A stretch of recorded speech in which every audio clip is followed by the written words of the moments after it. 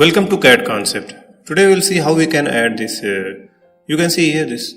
We have many number of plot and we want to add dimension in one time. X and Y direction, arch. So we will take AD, option and above line, below line where you want to locate. If you have arch, you can select inside arch. OK. Now select all. Right click. You can see everything selected. Right click.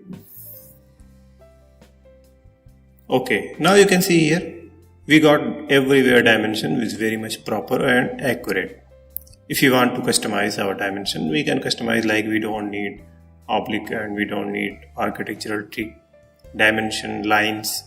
So we can remove that simply by using our dimension edit. Let this do.